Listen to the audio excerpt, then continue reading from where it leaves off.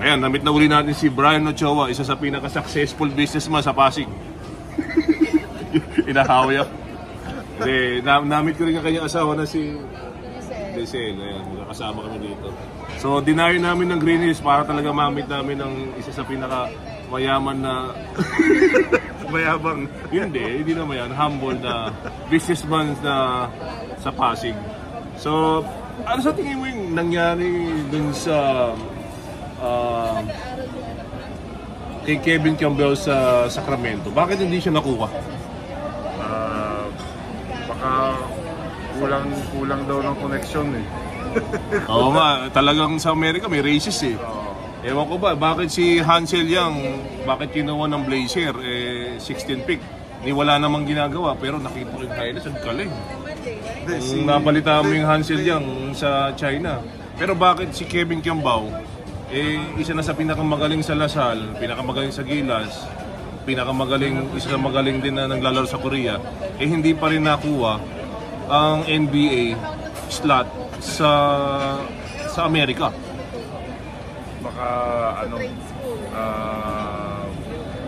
makakulang sa connection or kailangan talagang sobrang galing siya.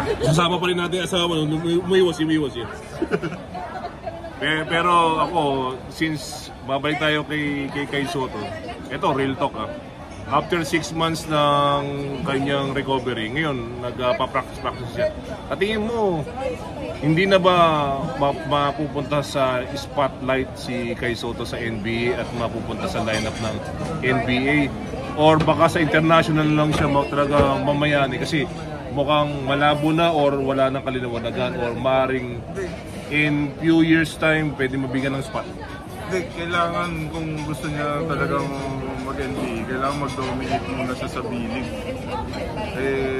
Biglang na-injury. Kahit before the injury, hindi rin naman siya nagdo-dominate gano'n sa B-League eh.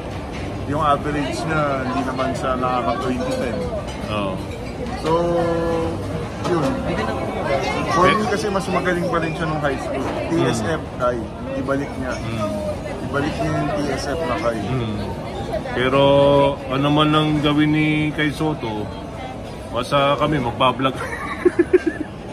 Ngayon, masaya ngayon si Kai Soto kasi may girlfriend si Kai Soto eh. Baka yun ang pinagagawa niya, hindi na yung basketball. Pwede. Pero kami, Kai Soto, kung nanonood ka man o hindi ka nanonood, basta kami magbablog. Kung maging successful ka, bahala ka sa buhay mo. Kami, kung maging successful kami, bahala din kami sa buhay namin. Pero siyempre, kami ay nakasuporta. Kung maging makuha mo yung spot doon, we are more grateful kasi wala naman din kaming ambag sa buhay mo. Tama. Pero tingin ko naman, maglalaro ka na uli dahil nasa recovery ka. Sa NBA, since meron tayong number 1 pick na si Cooper Flag, deserve ba niya na makuha yung top pick sa NBA draft ng 2025? Too early to tell. Yung first game nila sa Summer League, hindi maganda yung performance niya. Versus Lakers, parang hindi naman ganun ka-impact. 5 out of 21, 10 points. Not very good. So, since kay Banchero nakakuha ng 45 million, number 1 pick, si Wembanyama 50 million ng 2024. Ngayon, sa 2025, parang around roughly 50 to 55 million for 4 years guaranteed. So, sa tingin mo ba, makukuha niya yung pick ng laro niya pagdating ng araw? Kasi, nakita ko yung mga highlights. Talagang, magaling din. Since umpisa pa lang naman. Sana, hopefully. Pero ako, naniniwala ako, sila lang ang matindi ang blessing, pero grabe, 55 million times 55, laki. So, pero anyways, basta importante kung sino man yung mga international player na nababalita natin, nasa Terry Ravena, Kevin Campbell, si Carl Tamayo, isa ding magaling na player, at si Abarrientos nagpunta na ng Ginebra. So kung sino man na mapasok, kami ay masaya lang na i-vlog sila. Ngayon, kung panoorin nyo kami, salamat. Kung hindi, wala naman kami magagawa. No? Bahala din kayo sa buhay nyo. Tama. Kaya ako, nagbago na ako eh. Hindi na $100 million ang kontrata ni Kay Soto eh. Parang naging $1 na lang. Pero yung spot niya ngayon sa billing, close to $1 million.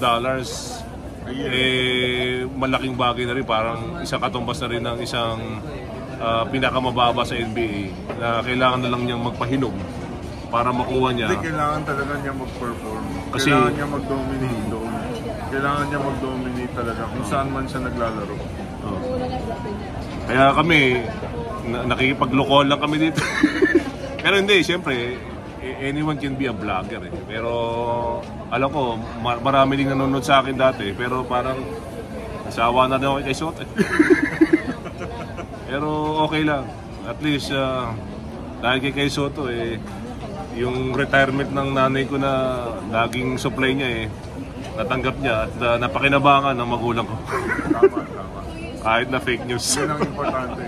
Pero ano man ang mangyari sa gobyerno, sa basketball, sa buhay namin bilang isang successful bilyonaryo sa Pasig.